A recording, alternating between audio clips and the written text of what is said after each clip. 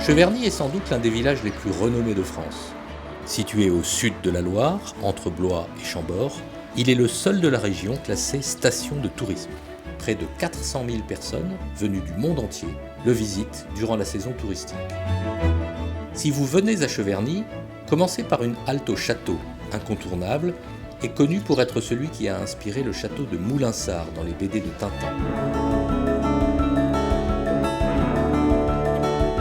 Juste en face, passez à la Maison des Vins, où l'on vous fera déguster l'AOC de Cheverny. Vous pouvez vous arrêter à la Maison des Vins de Cheverny et vous découvrirez les vins des AOC Cheverny et Cours Cheverny. À l'entrée, on vous remettra un verre équipé d'une puce électronique. Celui-ci vous permet de déguster au choix jusqu'à 7 références de vin.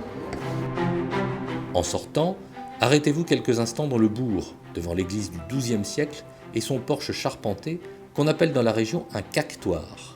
Bienvenue à l'église Saint-Étienne. Ensuite, prenez un vélo et partez en balade sur les pistes cyclables de la commune.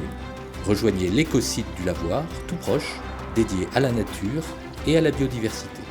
Claire m'a expliqué ce que c'était que ce lavoir, comment le bassin de pisciculture, comment on travaillait, comment à l'époque on nettoyait le linge. Alors maintenant on est au golfe de Cheverny, donc ouvert aux golfeurs bien sûr et également aux touristes qui ont besoin de se restaurer. Nous avons un restaurant qui est à proximité du golfe, sur le golfe. Dans l'après-midi, faites une pause culturelle à l'Abbé des Parcs, consacrée à la bande dessinée. L'Abbé des Parcs, c'est le lieu d'un spectacle, d'une déambulation théâtrale où les gens entrent dans la bande dessinée.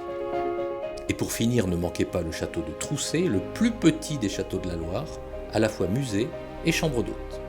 En 2 mots, à Cheverny, il y a le grand château de Cheverny qui est exceptionnel, et puis il y a le petit château de Troussé qui, malgré sa petite taille, est très intéressant à cause de sa riche décoration intérieure et extérieure. Sachez aussi que de nombreuses manifestations culturelles rythment les saisons à Cheverny.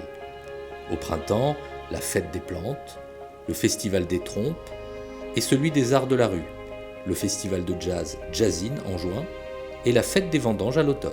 Sans oublier le marathon de Cheverny fin avril.